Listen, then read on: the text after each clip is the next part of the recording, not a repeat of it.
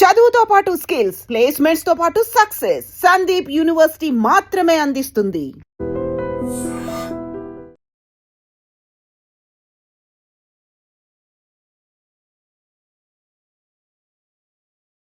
మార్చి 31 అమిత్ షా గారు పెట్టిన గడువు దగ్గర పడుతుంది.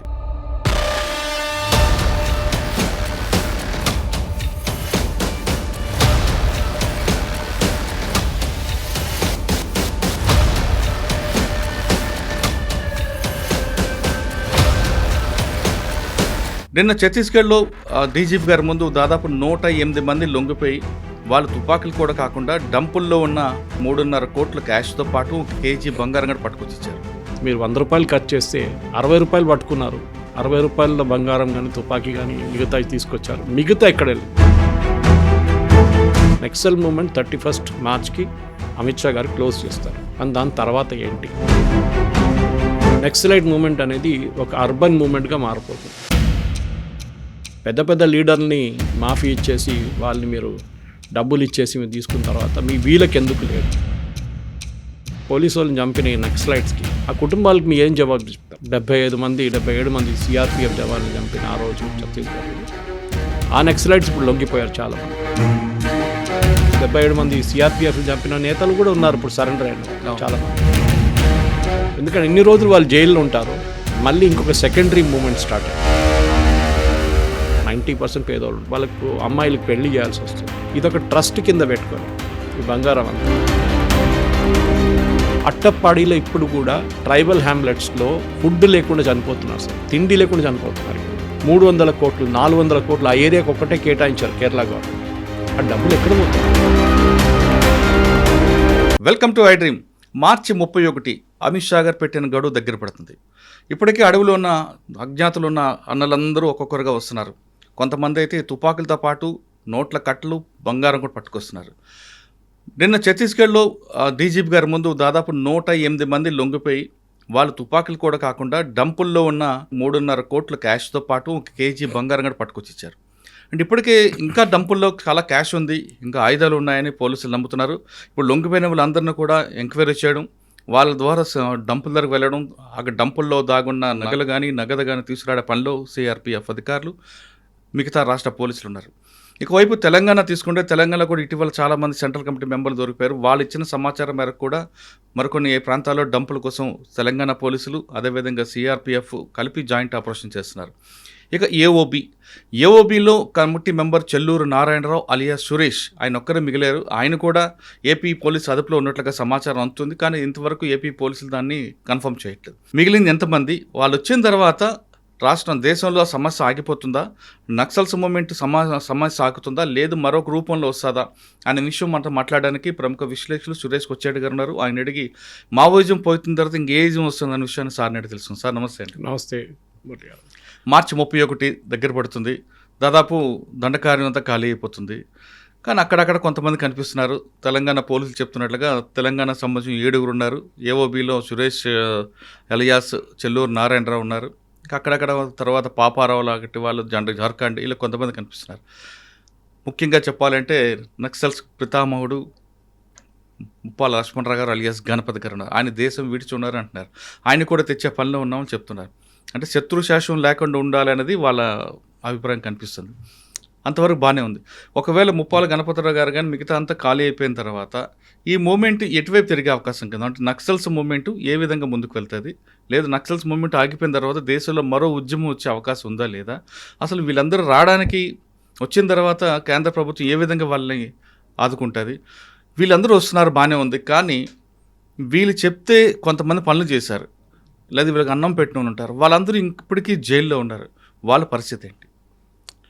ఇది కరెక్టే గారు. మీరు అడిగిన ప్రశ్నకి మన నక్సల్ మూమెంట్ స్టార్ట్ ఎందుకు మొదలైందని మనం అక్కడి నుంచి విచారించాల్సి నాకు గుర్తుంది. ఇప్పుడు కూడా ఉస్మానియాలో చదువుకుంటున్న టైంలో దీనికన్నా ముందు కూడా చెప్పాను, పీడిఎస్యు కానీ ఆర్ఎస్యు ఆ టైంలో రిక్రూట్మెంట్ వాళ్ళ వైపు నుంచే ఉంటుండే.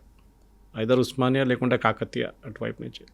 మనకు తెలిసింది ఆ టైంలో కూడా ఉమ్మడి ఆంధ్రప్రదేశ్ అప్పుడున్న తెలంగాణ వైపు నుంచే చాలామంది నక్సలైట్ లీడర్లు పైకి వచ్చారు. వాళ్ళే ఆల్మోస్ట్ ఒక 2010 దాకా వాళ్ళ లీడర్షిప్లోనే నక్సలైట్ మూవ్మెంట్ నడిచింది. దాని తర్వాత కొంతమంది జార్ఖండ్ నుంచి, కొంతమంది ఛత్తీస్గఢ్ నుంచి కూడా దళం కమాండర్స్, దాని తర్వాత కొంచెం సెంట్రల్ కమిటీ మెంబర్స్ అయ్యారు.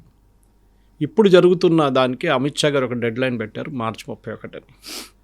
అమిత్ షా గారు 2-3 డెడ్ లైన్ ఇట్లా పెట్టారు. ఒకటి ఆర్టికల్ 370 జరిగిన టైంలో చాలా పెద్ద గొడవ నడుస్తుందని ఇంటెలిజెన్స్ రిపోర్ట్స్ ఉండే, జరిగింది కూడా కొంచెం. బట్ అక్కడ ఓపెన్గా మహబూబా ముఫ్తీ కానీ ఈవెన్ ఫరూక్ అబ్దుల్లా కూడా ఆ టైంలో చెప్పారు, ఆర్టికల్ 370 తీసేస్తే రోడ్ల మీద రక్తం కానీ అది జరగలేదు. అది ఎందుకంటే ఒక నిశ్చయం తీసుకున్నారు, డిసిషన్ తీసుకున్నారు ఆ టైంలో, ఏదైనా కానీ మేము దీన్ని అడ్డుకుంటామని. అది ఇప్పుడు కూడా నక్సలైట్ మూమెంట్లో చూపిస్తున్నాను. నేను కూడా నాకు ఇది లాస్ట్ ఇయర్ మార్చ్ 31 అని చెప్పిన నాకు కూడా చాలా మంది డౌట్ ఉండే, ఇది ఎప్పుడు జరగదు. ఎందుకంటే నక్సలైట్ లీడర్లు ఎప్పుడు దాకా లొంగిపోరో ఇది మూమెంట్ నడుస్తూనే ఉంటుంది. మీరు కింద స్థాయి నుంచి మనుషులు పట్టుకొని వాళ్ళు మీరు చెప్పినట్లు తీసుకెళ్ళి జైలు వేయడమో వాళ్ళతో సరెండర్ చేపిస్తే కూడా నక్సలైట్ మూమెంట్ ఆగదు. ఆగాలంటే top line leadership, central committee కానీ, పాలిట్ బ్యూరో మెంబర్లు కానీ, మిలిటరీ కమాండర్స్ కానీ, వీళ్ళని వేసుకుంటేనే నక్సలైట్ మూమెంట్ వీక్ అవుతుందని. అది మనం గవర్నమెంట్లు మారినప్పుడు చూసాం. మధ్యప్రదేశ్, ఛత్తీస్గఢ్లో కొత్త గవర్నమెంట్లు వచ్చారు, ఒడిశాలో కూడా. అప్పుడు దాకా ఒడిశాలో నవీన్ పట్నాయక్, ఇటువైపు కాంగ్రెస్ ఉండే, అటువైపు ఏమో మధ్యప్రదేశ్లో శివరాజ్ సింగ్ చౌహాన్ గారు ఉన్నారు. కానీ కోఆర్డినేషన్ లేకుండే. దాని తర్వాత మనం చూసే కొత్త గవర్నమెంట్ వచ్చిన తర్వాత ఎన్కౌంటర్లు మొదలైనవి, కార్గార్ ఆపరేషన్ కానీ మిగతా దాంట్లో చాలా మటుకు. ఇప్పుడు మీరు అడిగిన ప్రశ్నకి ఇప్పుడున్న జైళ్ళ వాళ్ళ సంగతి ఏంటి, ఈ మూమెంట్ ఎట్లా ముందుకు వెళ్తుందని, దీంట్లో 2-3 ఆస్పెక్ట్స్ ఉన్నాయి, సపరేట్గా డీల్ చేయాల్సి వస్తుంది. ఒకటి, నాకు తెలిసిన మటుకు తప్పు ఉండొచ్చు, నక్సలైట్ మూమెంట్ అనేది ఒక అర్బన్ మూమెంట్గా మారిపోతుంది. ఇప్పుడు మనం ఆల్రెడీ చూస్తున్నాం దాన్ని. ఢిల్లీ రైట్స్ నుంచి ఫార్మ్ అజిటేషన్, దాని తర్వాత మన ఆర్టికల్ 370 వ్యతిరేకంగా కశ్మీర్లో జరిగిన గొడవలు అన్నీ చూస్తే ఒక అర్బన్ నక్సల్ మూమెంట్ మొదలైంది. అది అరుంధతి రాయ్ ఉండొచ్చు, మేధా పట్కర్ ఉండొచ్చు, వీళ్ళందరూ చాలామంది ఉన్నారు, యోగేంద్ర యాదవ్ ఇలాంటి వాళ్ళు. కానీ ఆ మూమెంట్ ఆపడానికి చాలా మటుకు మీరు బిలీవ్ చేయరు, దాన్ని వ్యతిరేకిస్తున్న వాళ్ళే కమ్యూనిస్ట్ వాళ్ళే. కేరళలో వీళ్ళని అడుగుబట్టినారు, వెస్ట్ బెంగాల్లో కూడా అంతే, వాళ్ళు కమ్యూనిస్ట్ వాళ్ళు ఉన్నదాకా. మమతా బెనర్జీ కూడా వీళ్ళు అక్కడ రానియరు. అర్బన్ నక్సల్ మూమెంటే ఇప్పుడున్న గవర్నమెంట్కి అన్నిటికంటే పెద్ద భయం. చాలా మనం అనుకుంటాం వీళ్ళకి తుపాకీ లేదు కదా, power flows from the barrel of the gun అన్నారు. Power also flows from the tip of the pen అంటారు. ఇప్పుడున్న సోషల్ మీడియాని వాడుకొని ఇప్పుడున్న యంగ్స్టర్స్ని జేఎన్యూ లాంటి ఇన్స్టిట్యూషన్స్, జాదవ్పూర్ యూనివర్సిటీ లాంటి ప్లేసెస్లో మనం చూస్తున్నాం ఎంత మటుకు గొడవ నడుస్తుంది అనేది. మొన్న కూడా జేఎన్యూలో ఇట్లనే ఒక గవర్నమెంట్ అజిటేషన్ ఒకటి జరిగింది. ఢిల్లీ యూనివర్సిటీలో ఈవెన్ జేఎన్యూలో కూడా వాళ్ళ లైబ్రరీలో ఫేస్ రికగ్నిషన్ సిస్టమ్ పెడితే దాన్ని మొత్తం ధ్వంసం చేశారు అక్కడ ఉన్న కొంతమంది. దాని కారణాలు చాలా క్లియర్. మీరు ఒకసారి ఫేస్ రికగ్నిషన్ పెడితే ఏ పోలీసు వాడికైనా మీ ఇన్ఫర్మేషన్ వచ్చేస్తుంది, ఎవడో వెళ్తున్నాడు ఎవడొస్తున్నాడు అనేది, అక్కడ ఉన్న స్టూడెంట్సో బయట నుంచి ఉన్నారు. అదే టైంలో మీరు అప్పుడు తమిళనాడులో స్టెర్లైట్ కాపర్ ప్లాంట్ వ్యతిరేకంగా నడిచిన అజిటేషన్లో చాలా క్లియర్గా ఇప్పుడు డీటెయిల్స్ కూడా బయటకు వస్తున్నాయి. దాన్ని నడిపించిందంతా ఒక ఎన్జిఓ, ఆ ఎన్జిఓకి బ్యాకింగ్ బయట నుంచి వస్తుంది. నేను చెప్పిన రీజన్ ఇప్పుడు మీకు అర్థమవుతుంది, కనెక్ట్ ద డాట్స్ అంటారు ఇంగ్లీష్లో. ఈ అడవిలో ఉన్న నక్సల్ సరెండర్ అయిపోతున్నారు, లీడర్షిప్ కూడా సరెండర్ అయిపోయారు. వాళ్ళకి రీహాబిలిటేషన్ ప్లాన్లు పెట్టి వాళ్ళకి సెంట్రల్ గవర్నమెంట్ పాలసీ ప్రకారం, స్టేట్ గవర్నమెంట్ పాలసీ ప్రకారం వాళ్ళ మీద రివార్డ్ అని ఎత్తివేసి వాళ్ళకి డబ్బులు ఇవ్వడం మొదలు పెడతారు. కొంతమందికి 25 లక్షలు, కొంతమందికి 50 లక్షలు, కొంతమంది ₹1,00,00,000 ఇస్తున్నారు. వాళ్ళకి ఇల్లు అన్నీ మిగతా సౌకర్యాలన్నీ కల్పిస్తున్నారు. కానీ మీరు అడిగిన ప్రశ్నకి వీళ్ళతో పాటు ఆ టైంలో వీళ్ళకి అన్నం పెట్టిన దానికని, వీళ్ళ కోసం ల్యాండ్ మైళ్ళ కోసం తవ్విన రోడ్ల కోసం కొంతమందికి చాలామంది జైల్లో వేశారు. వాళ్ళ సంగతి ఏంటి? గవర్నమెంట్కి ఒక పాలసీ రావాల్సి వస్తుంది. ఎందుకంటే మీరు పెద్ద పెద్ద లీడర్ని మాఫీ ఇచ్చేసి వాళ్ళని మీరు డబ్బులు ఇచ్చేసి మీరు తీసుకున్న తర్వాత వీళ్ళకి ఎందుకు లేదు? వీళ్ళ సంగతి ఎవరు అడగట్లేదండి. వీళ్ళ గురించి కాలిన్ గన్జాల్విస్ కానీ, దుష్యంత్ దావే కానీ, మేనకా గురుస్వామి కానీ వీళ్ళెవరు సుప్రీంకోర్టుకి వెళ్ళి వీళ్ళ గురించి ఎందుకు కేసు ఆర్గ్యూ చేయట్లేదు? ఎందుకంటే they are not high value targets, low value targets, వాళ్ళు డిస్పోజబుల్ క్యాడర్స్. వీళ్ళే కదా ప్రొటెక్ట్ చేశారు వీళ్ళందరినీ. ఒక దళం కమాండర్ నుంచి మీరు పాలిట్ బ్యూరో మెంబర్ దాకా మీకున్న outer ring security, inner ring security మీరే చెప్తుంటారు. 2 కిలోమీటర్ల గ్యాప్ ఉంటుంది. వీళ్ళందరూ అదే చేశారు. వాళ్ళకి ఏముండే, జీవితంలో ఏం లేకుండే. యాక్చువల్లీ రూరల్ ఏరియా నుంచి బ్రెయిన్ వాష్ చేసి తీసుకొచ్చారు వీళ్ళందరినీ. ఇప్పుడున్న దాని ప్రకారం, నా అంచనా ప్రకారం వీళ్ళని గవర్నమెంట్ స్ట్రిక్ట్గా అఫ్కోర్స్ కండిషన్స్తో రిలీజ్ చేయాల్సి వస్తుంది. వీళ్ళు ఎక్కడైనా వెళ్ళి తుపాకీ పట్టుకుంటారో అది ఇంకో కండిషన్ ఉంటుంది. ఇదే టైంలో మురళి గారు మీరు చూసుంటారు, నిన్న ఒక న్యూస్ వచ్చింది నార్త్ ఈస్ట్ నుంచి. నార్త్ ఈస్ట్లో ఇదే ప్రాబ్లం నడుస్తుంది ఇప్పుడు కూడా. ట్యాక్స్లు కలెక్ట్ చేస్తారు కాంట్రాక్టర్స్ దగ్గర నుంచి. అప్పుడు మీకు గుర్తొస్తుంది ఇక్కడ కూడా అదే జరుగుతుండే ముందని. మైనింగ్ కాంట్రాక్టర్స్ దగ్గర డబ్బులు తీసుకుంటారు. నార్త్ ఈస్ట్లో నిన్న ఒక ఏరియాలో పెద్ద గొడవ జరిగింది నాగాల్యాండ్లో. దాని తర్వాత అక్కడ ఉన్న గవర్నమెంట్ దాన్ని ఒక రోడ్ వేయడం ఉండే, అది నడుస్తున్నప్పుడు బ్యాన్ చేశారు. ఇటువైపు కుకీ ఏరియాస్లో కుకీ మూమెంట్ యుఎస్ గవర్నమెంట్కి లేఖ రాశారు నిన్న. గవర్నమెంట్ ఆఫ్ ఇండియా ఇట్లా చేస్తున్నారు, మా మీద అత్యాచారాలు చేస్తున్నారు. ఎందుకంటే Kukis are Christians. They Myanmar వైపు నుంచి వచ్చినారు వీళ్ళందరూ. మనకు తెలిసింది అక్కడ మీటీస్ కుకీస్ కూడా. సో మీరు మొత్తం నక్సలైట్ మూమెంట్ అయిపోయిందంటే లేదు. ఒకవైపు డిఫరెంట్ ఒక అజిటేషన్ నార్త్ ఈస్ట్లో నడుస్తుంది. దాన్ని మీరు చెప్పొచ్చు అది ఎన్నో సంవత్సరాల నుంచి నడుస్తుంది. మీజో నేషనల్ ఫ్రంట్, పద్మనాభ గారు ఇక్కడ, నేను ఆయన ఇంటర్వ్యూ కూడా చేశాను ఒక సంవత్సరం ముందు దీని గురించి, ఆ ఇష్యూ అర్థం చేసుకోవడానికి. ఆయన 5 ప్రధానమంత్రుల కింద పనిచేశారు ఆయన. సో నాగా మూమెంట్ని, మీజో నేషనల్ ఫ్రంట్ మూమెంట్ అంతా అరికట్టినప్పుడు గవర్నమెంట్కి చిన్న చిన్న అజిటేషన్స్, ఇంక్లూడింగ్ అస్సాంలో ఉన్న బరువా ఇంకా మిస్సింగ్ ఉన్నారు ఆయన. ఇప్పుడు జరిగే దాంట్లో నా అంచనా ప్రకారం ఈ అర్బన్ నెక్సల్స్ బయటకు వస్తారు. తెలంగాణ, ఆంధ్ర, ఛత్తీస్గఢ్, మధ్యప్రదేశ్, జార్ఖండ్ మీరు చెప్పినట్టు ఎంటైర్ దండకారిన బ్లెంట్లో నక్సలిజం అనే ఒక కాన్సెప్ట్ పోతుంది. బహుశా ఆగస్ట్ 31 తారీఖు అమిత్ షా గారు బస్తర్లో ఒక మీటింగ్ కూడా పెట్టవచ్చు. I won't be surprised that ఇది జరిగింది. ముఖ్యమంత్రులందరినీ పిలిపించుకొని ఫడ్నవీస్ గారు, మధ్యప్రదేశ్ ముఖ్యమంత్రి, ఛత్తీస్గఢ్ ముఖ్యమంత్రి, ఒరిస్సా ముఖ్యమంత్రి అందరిని పిలిపించుకొని మీటింగ్ పెడతారు. That we have finished our objective. కానీ ఇప్పుడు కూడా నేను చెప్తున్నాను మురళి గారు, నేను వచ్చేది కేరళ నుంచి. చాలామంది నా ద్వారా అడుగుతారు, first elected communist government in the world EMS Namboodiripad, Kerala నుంచి. అటువైపు నక్సల్ బారి అనే విలేజ్ నుంచి మొదలైన ఈ నక్సల్ మూమెంట్, అప్పుడు కాను సానియాలు వీళ్ళందరూ, వెస్ట్ బెంగాల్, చారు మజుందార్ వీళ్ళందరూ పెద్ద పెద్ద దిగ్గజులు, ఇంటలెక్చువల్స్. అక్కడి నుంచి వెస్ట్ బెంగాల్ నుంచి మొదలైంది. అక్కడ ఇప్పుడు నక్సలిజం లేదే, అది ఎప్పుడు కాదు, ఒక 20-30 సంవత్సరాల నుంచి నక్సలిజం లేదు. కేరళలో అసలు లేదు. కొన్ని పార్ట్స్లో అట్టప్పాడి ట్రైబల్ బెల్ట్, తమిళనాడు వైపు నుంచి వచ్చే ట్రైబల్ బెల్ట్ ఒకటి ఉంది, అక్కడ కొంచెం నక్సలిజం ఉంది. అది కూడా వాళ్ళు 2-3 ఉండే వాళ్ళు ఫినిష్ చేశారు. వాళ్ళ దగ్గర మనలాగానే మన గ్రే హౌండ్స్ లాగా అక్కడ థండర్ బోల్ట్స్ అని చెప్పింది వాళ్ళ దగ్గర, వాళ్ళు యూజ్ చేసి ఫినిష్ చేసేసారు. మీకు తెలిసింది అక్కడ కూడా చాలామంది ఆంధ్రప్రదేశ్ కాడర్ నుంచి ఉన్న పోలీస్ ఆఫీసర్స్, ఇంక్లూడింగ్ ఇప్పుడున్న డీజీపీ కూడా is from Telangana, Telugu speaking states. ఒక లా అండ్ ఆర్డర్ ప్రాబ్లం కాకుండా ఒక డెవలప్మెంట్ ప్రాబ్లంగా చూసుకోవడం అనేది చాలా ఇంపార్టెంట్. ఈ సొల్యూషన్ దాంట్లోనే ఉంది. ఎందుకంటే నేను నిన్న మీద ఒక ప్రశ్న అడిగాను, వీళ్ళ పోలీసు వాళ్ళని చంపిన ఈ నక్సలైట్స్కి ఆ కుటుంబాలకు మీరు ఏం జవాబు చెప్తారు? 77 మంది సిఆర్పిఎఫ్ జవాన్లు చంపిన ఆ రోజు ఛత్తీస్గఢ్లో ఆ నక్సలైట్స్ ఇప్పుడు లొంగిపోయారు చాలామంది. మీరు వాళ్ళ మీద కేసు ఎత్తేస్తే ఆ ఫ్యామిలీస్కి ఏం జవాబిస్తారు మీరు? అంటే మీరు ఒక క్రిమినల్ని రివార్డ్ చేసినట్లు ఉంటుంది. ఒక టెర్రరిస్ట్కి ఒక రివార్డ్ ఇచ్చారు, మీరు క్యాష్ రివార్డ్ ఇస్తున్నారు. వాళ్ళ లైఫ్ సెంటెన్స్ కూడా మొత్తం. అంటే నక్సల్స్ అన్న వాళ్ళు క్రిమినల్ కాదు, టెర్రరిస్టులు కాదు, వాళ్ళు ఐడియాలజీ ప్రకారం ఉండి సొసైటీలో ఉన్న ఇష్యూస్ కోసం ఫైట్ చేస్తున్నారు కాబట్టి వాళ్ళ క్రిమినల్తో కానీ టెర్రరిస్ట్తో కానీ పోల్చకూడదు.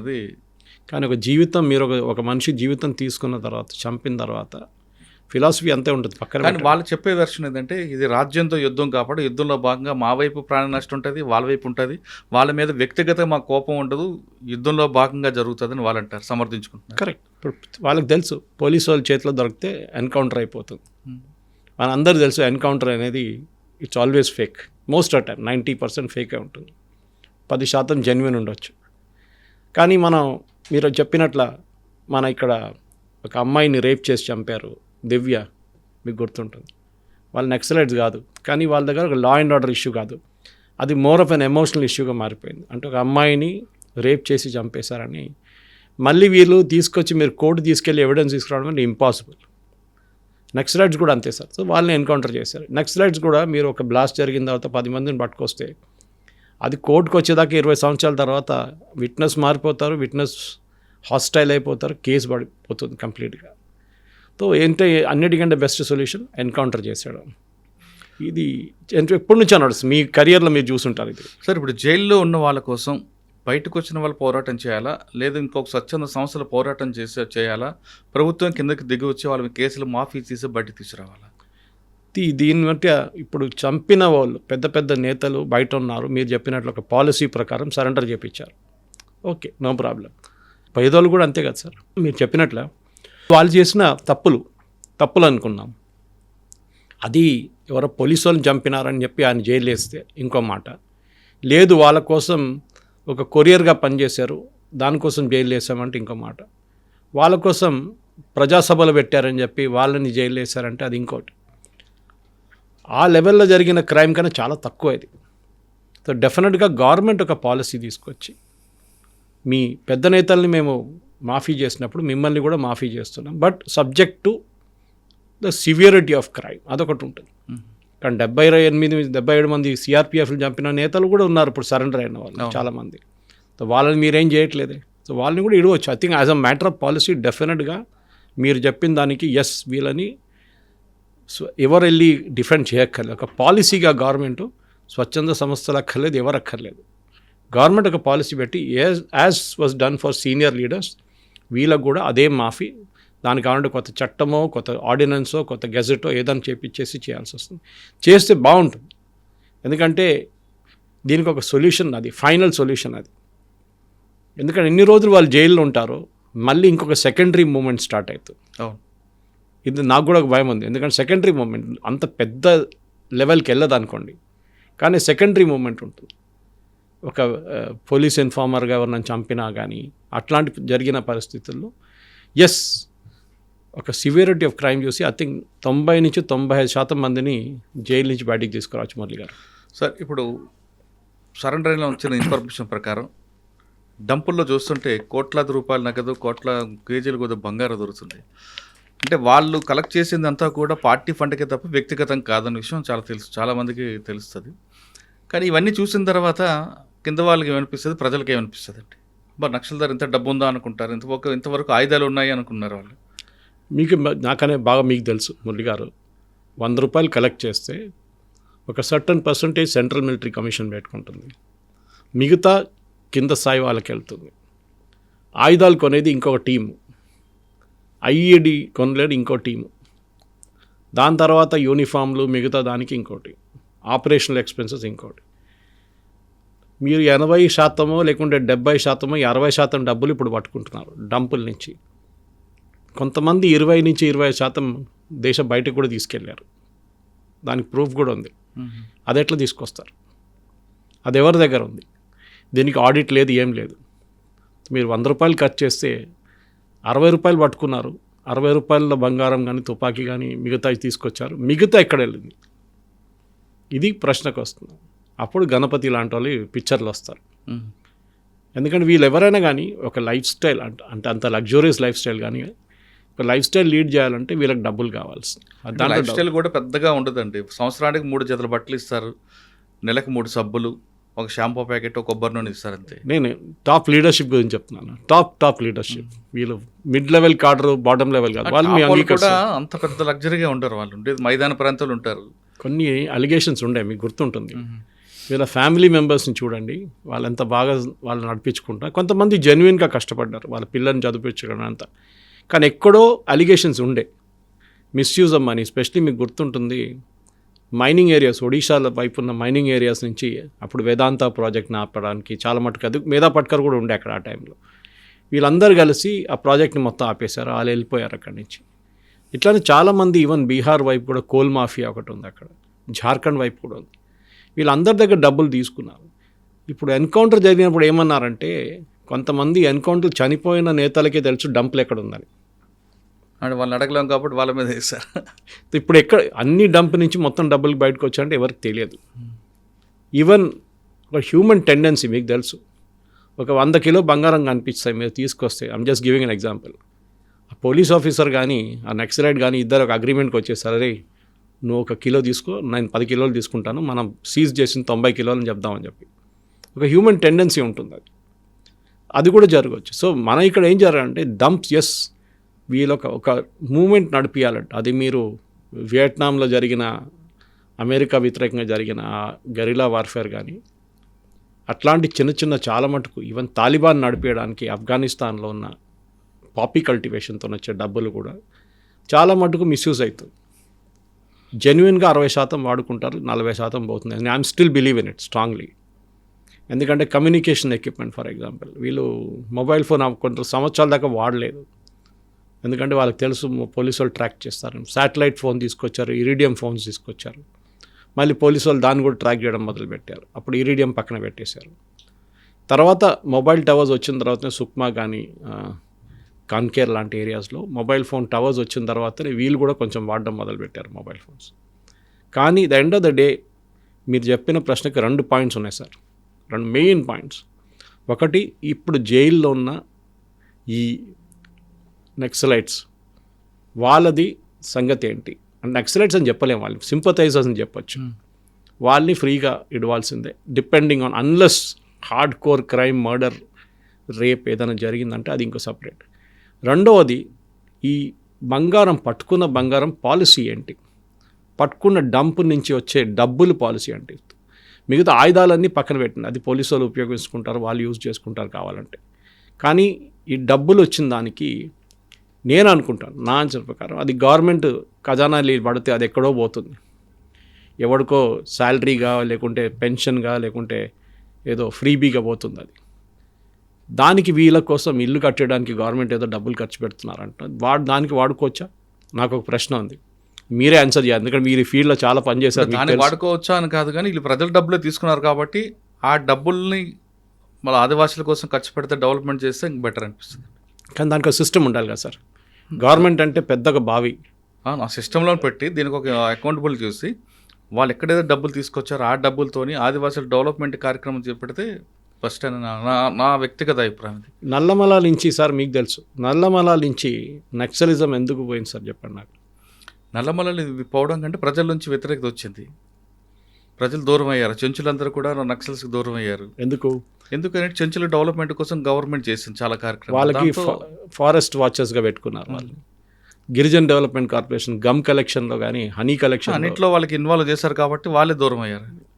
ఇది ఒకవైపు పోలీస్ కూంబింగ్, కరెక్ట్, 4 జిల్లాల సరిహద్దు ఒకేసారి రౌండ్ అప్ చేయడంతో మీరు ఆత్మకూరు నుంచి అటువైపు దాకా, ఇక్కడ మహబూబ్ నగర్ నుంచి మీరు కర్నూలు, ప్రకాశం, ఇవన్నీ గుంటూరు, ఇవన్నీ కూడా ఒకేసారి 7 జిల్లాలు వస్తుంది కదా, అప్రాక్సిమేట్లీ 6-7 జిల్లాలు వస్తుంది, నల్గొండ. సో ఇట్లాంటి పరిస్థితుల్లో కాంకేర్ కానీ సుక్మా కానీ బీజాపూర్ కానీ ఇటువైపు గడ్రిచోలి కానీ డెవలప్మెంట్ ఎందుకు చేయకూడదు? ఫడ్నవీస్ గారు ఒక 12-14 ప్రాజెక్టులు శంకుస్థాపన వేశారు, దాంట్లో ఎంత డెవలప్మెంట్కి వస్తుందో చూద్దామని. గచ్చిరోలి ఏదో డిఫరెంట్గా డెవలప్మెంట్ అవుతుంది, ఎందుకంటే ఫడ్నీస్ గారు నేటివ్ ప్లేస్ కూడా అందులో ఉంది, మూల్ అనే విలేజ్ ఉంటుంది. కరెక్ట్, ఆ ప్రాంతంలో బ్రహ్మాండం డెవలప్మెంట్ అవుతున్నాయండి, మంచి మంచి ప్రాజెక్ట్స్ వస్తున్నాయి. ఇక్కడ కూడా మీరు చెప్పిన దానికి ప్రకారం ఈ డబ్బులు వాడుకొని ఈ బంగారం వాడుకొని, ఇప్పుడు దాంట్లో కూడా చూడండి, నేను ఒక ఎగ్జాంపుల్ ఇస్తాను మీకు. దీంట్లో చాలామంది పేదోళ్ళు ఉంటారు, చాలామంది కాదు 90% పేదోళ్ళు ఉంటారు, వాళ్ళకు అమ్మాయిలకు పెళ్లి చేయాల్సి వస్తుంది. ఇదొక ట్రస్ట్ కింద పెట్టుకొని ఈ బంగారం అంతా ఈ పిల్లల వెడ్డింగ్ కూడా యూజ్ చేసుకోవచ్చు, చాలా మటుకు పెళ్ళికి యూజ్ చేసుకోవచ్చు. కానీ దానికి ఒక ఇండిపెండెంట్, అకౌంటబుల్, చాలా ఆనెస్ట్, క్రెడిబుల్ ఉన్న ఇంక్లూడింగ్ జ్యుడిషియల్ ఆఫీసర్స్, రిటైర్డ్ ఆఫీసర్ని పెడితే బాగుంటుంది అని నా అంచనా.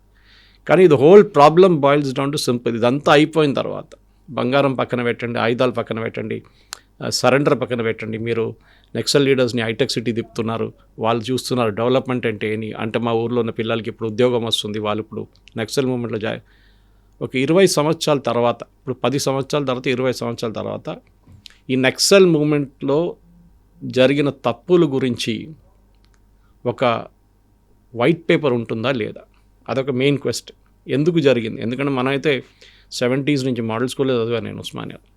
ఆ టైంలో చూశాను అక్కడి నుంచి. తర్వాత Osmania the bedrock for it.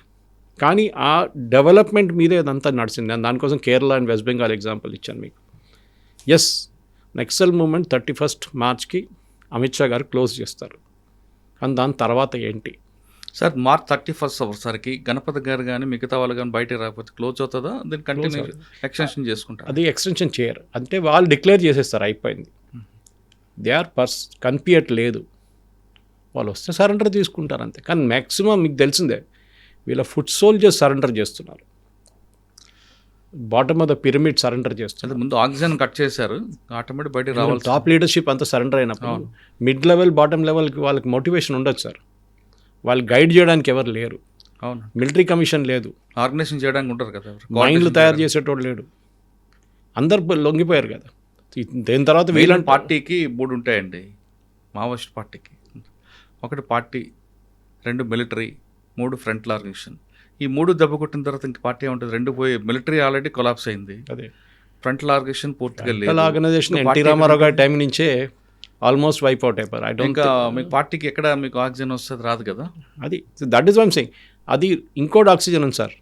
ఒకటి డెవలప్మెంట్, దాంట్లో నేను అంటాను, ఇప్పుడు కూడా అంటున్నాను, డెవలప్మెంట్, ల్యాక్ ఆఫ్ డెవలప్మెంట్ జరగలేదని చెప్పేసి నక్సలైట్ మూమెంట్ చాలా మటుకు, ఎస్పెషలీ ఈ దండకారణ్య బెల్ట్ నుంచి నల్లమల దాకా వచ్చే ఆ బెల్ట్లో కంప్లీట్గా డెవలప్మెంట్ జరగలేదు. అది మన తప్పు ఉంది, మనదంటే గవర్నమెంట్ తప్పు ఉంది 100% కాదు.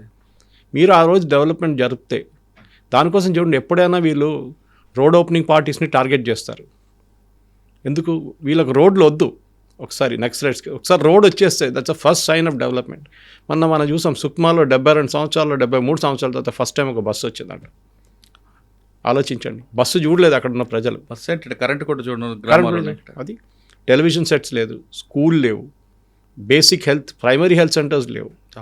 ఇది ఇంకా ఇప్పుడు కూడా చేయకపోతే సార్, ఇప్పుడు కూడా నేను చెప్తాను, మీరు ఎంత మాట చెప్పినా కేరళ గురించి మీరు మంచి అంటారు, నేను కూడా అంగీకరిస్తాను. అట్టప్పాడిలో ఇప్పుడు కూడా ట్రైబల్ హ్యామ్లెట్స్లో ఫుడ్ లేకుండా చనిపోతున్నారు సార్, తిండి లేకుండా చనిపోతున్నారు. ఇప్పుడు కూడా 300 కోట్లు 400 కోట్లు ఆ ఏరియాకి ఒక్కటే కేటాయించారు కేరళ గవర్నమెంట్. ఆ డబ్బులు ఎక్కడ పోతుంది? ఇదే ప్రాబ్లం. సో అక్కడ నెక్సలైట్ మూమెంట్ స్టార్ట్ అయితే ఐ వోంట్ బి సర్ప్రైజ్డ్. ఎందుకంటే మీరు బీహార్ గురించి మాట్లాడితే ఏమనంటే బీహారీల గురించి చెప్తారు, ఛత్తీస్గఢ్లో పావర్టీ గురించి చెప్తారు. ఇక్కడ ఎందుకు జరగట్లేదు? అట్టపాడిలో ఇప్పుడు కూడా పిల్లల మాల్ న్యూట్రిషన్ డెత్ చాలా ఎక్కువ సార్. ఇన్ఫెంట్ మార్టాలిటీ హైయెస్ట్ ఆ ఏరియాలో. కేరళలో అన్నిటికంటే తక్కువ. కేరళలో అసలు పావర్టీ లేదని ప్రకటించుకుంటారు కదా సేమ్. ఇదంతా అదే నేను కూడా చెప్తాను సార్. మీరు ఫిగర్స్ తీయాలంటే స్టాటిస్టిక్స్ ఏమని చేసుకోవచ్చు, కానీ నేను ఒక ఎగ్జాంపుల్ ఇస్తున్నాను మీకు. ఎందుకంటే ఇక్కడున్న ప్రేక్షకులు తెలియదు అట్టపాడి ఇక్కడ ఉందని వాళ్ళు ఒక మ్యాప్ తీస్తే కూడా అది చెప్పలేరు వాళ్ళు, ఏ ట్రైబల్ హ్యామ్లెట్ ఎక్కడ ఉందనేది. మీకు గుర్తుంటుంది ఒక ఫేమస్ కేసు, మధు అని ఒక ట్రైబల్ అబ్బాయిని కొంచెం మెంటలీ ఛాలెంజ్డ్ ఉన్నారు, ఏదో షాప్ నుంచి కొన్ని బియ్యం ఏదో పట్టుకెళ్ళాడని చెప్పి దొంగతనంగా వాడిని పట్టి కొట్టి చంపేశారు. అక్కడున్న ప్రజలు చేశారు అది. అంటే మీరు అప్రిషియేట్ చేయట్లేదు. సింపతి ఒకటి, తుపాకీ తీసుకున్న ఇంకోటి. I think the entire thing boils down to development. ఇప్పుడు చాలా పెద్ద మంచి ఆపర్చునిటీ గవర్నమెంట్కి ఉంది. ఈ ఏరియాస్లో ఎక్కడెక్కడ నక్సల్ మూమెంట్స్ ఉండే ముందు అక్కడ కూడా మీరు ఇప్పటి నుంచి దానికొని చూడండి సార్. పొద్దున మీరు వెళ్ళి ప్యారడైజ్ దగ్గర నిలబడండి, కంకేర్ నుంచి ఒక బస్సు వస్తుంది, ఒకటి కాదు ఇప్పుడు 3 బస్సులు వస్తున్నాయి. మొత్తం వీలే వస్తారు, ట్రైబల్స్ వస్తారు. వితిన్ 30 నిమిషాల్లో ఒక్కరు గడుక కనిపించారు అక్కడ. వాళ్ళ కోసం ఆటోలు రెడీ ఉంటాయి, వాళ్ళని ఏదో కన్స్ట్రక్షన్ సైట్కి తీసుకెళ్ళిపోతారు. రిటర్న్ ఆఫ్టర్నూన్ టైం సుచిత్ర దగ్గర నుంచి ఆ బస్సులు మొదలైతాయి, మళ్ళీ రిటర్న్ వెళ్ళేటోళ్ళు. అంటే వాళ్ళకి డెవలప్మెంట్ కోసం, వాళ్ళ డబ్బుల కోసం సిటీకి వస్తున్నారు. నేను చెప్పాను మీకు, నా పెళ్లి జరిగినప్పుడు 91లో మా ఊర్లో 15 kilometres from Trichur town in Kerala. ఆ టైంలో 30 ఫ్యామిలీస్ ఉన్నారు ఏలూరు నుంచి 91లో. అప్పుడు అడిగాను, బాబు నువ్వు ఇక్కడ ఎందుకు వచ్చారా, మీరెందుకు ఇక్కడికి వచ్చారంటే, సార్ ఆ టైంలో వాళ్ళ ఊర్లో 200 రూపాయలు జీత్ పర్ డే వర్క్కి, మా దగ్గర 500 ఇస్తున్నాయి. ఇప్పుడు 1300 1400 అన్స్కిల్డ్ లేబర్. అక్కడ వచ్చింది సార్ ప్రాబ్లం. మీరు డెవలప్మెంట్ తీసుకొస్తే I think entire thing can be wiped out. ఎప్పుడు అంటారు ఇంగ్లీష్లో ఒక సేయింగ్ ఉంది, hindsight is in advance. అంతా అయిపోయిన తర్వాత మనం చెప్పడానికి చాలా బాగుంటుంది అడ్వైస్. ఐ థింక్ ఇప్పుడైనా ఒక ఆపర్చునిటీ వచ్చింది. మీరు చెప్పిన దాని ప్రకారం ఇంకా వీళ్ళు లొంగకపోతే కూడా గణపతి కానీ మిగతా వాళ్ళు, గణపతి పోయారనుకోండి కావాలంటే, లేదు ఈ somewhere there let him stay where he's, as long as ఆయన రివైవ్ చేయకుండా చూసుకోవాలి మూమెంట్, అంతే. ఇప్పుడున్న వాళ్ళని మీరు చెప్పినట్లు ఆ లోవర్ లెవెల్ కార్డర్స్ లేకుంటే సింపథైజర్స్ ఎవరెవరు జైల్లో ఉన్నారో వాళ్ళని ఒక పాలసీ ప్రకారం బయటికి తీసుకొచ్చి వాళ్ళకు కూడా ఇల్లు ఇచ్చి వాళ్ళకి ఏదో ఒక చిన్న ఒక ఉపాధి కోసం ఏమైనా డబ్బులు ఇచ్చేసి వాళ్ళు చేసుకుంటే బాగుంటుంది. లేకుంటే వర్షన్ 2 రాకూడదు నక్సలిజం. అది నాది అభ్యర్థన అనమాట. టాప్ క్యాడర్లందరినీ సరెండర్ చేసిన తర్వాత సరెండరీ పాలసీ ప్రకారం వాళ్ళకి ఇవ్వాల్సింది ఇస్తున్నారు. అదేవిధంగా వాళ్ళు చెప్పితే చేసిన కింద స్థాయి వాళ్ళందరూ జైలులో మగ్గిపోతున్నారు కాబట్టి వాళ్ళని బయటికి తీసుకొచ్చి వాళ్ళకి పునరావాస కేంద్రం కల్పించాలంటున్నారు సురేష్ గారు. లేదంటే జైల్లో మగ్గిపోతున్నారు కూడా మరో సెకండ్ వెర్షన్కి వెళ్ళి అవకాశం ఉంది కాబట్టి వాళ్ళ వైపు కూడా ప్రభుత్వం సానుభూతికి వ్యవహరించి బయటికి తీసుకురావాలి, వాళ్ళకి ఒక ఏదో విధంగా వాళ్ళకి ఉపాధి కల్పించాలన్నది సురేష్ గారు అభ్యర్థన. కానీ దండకార్యం ఖాళీ అయిపోయింది కదా సరికదా అని మన ప్రభుత్వం కూర్చోకుండా ఇప్పటికి కూడా అవకాశం ఉంది కాబట్టి, మంచి అవకాశం వచ్చింది కాబట్టి డెవలప్మెంట్ చేయాలి. వాళ్ళు అటువైపు చూడకుండా ఉండాలంటే ప్రభుత్వమే కింద స్థాయికి వెళ్ళి వాళ్ళకి కావాల్సిన ఆదివాసీలకు కావాల్సిన అభివృద్ధి కార్యక్రమాలు చేపడితే ఖచ్చితంగా ఆదివాసీలు నక్సల్స్ వైపు తిరగరు అనేది సురేష్ గారి అభిప్రాయం. ఇది ఈ వారం మార్చి 31 ముందు ఆపరేషన్ కగారు పూర్తవుతున్న విషయంపై సురేష్ కొచ్చాడు గారి విశ్లేషణ. మరో అంశాలు మళ్ళీ కలుద్దాం. అంతవరకు నమస్తే. Thank you. నమస్కారం. Thank you.